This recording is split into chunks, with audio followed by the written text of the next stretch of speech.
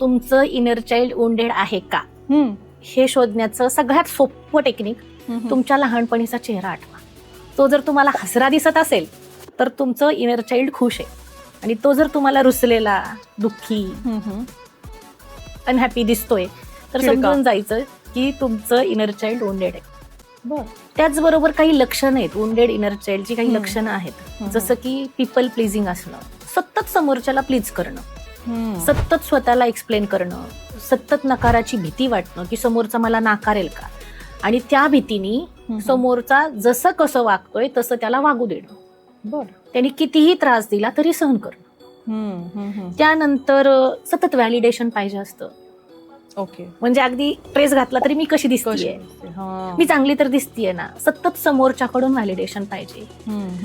इनसेक्युअर्ड वाटणं, ही सगळी wounded inner चाइल्डची लक्षणं आहेत.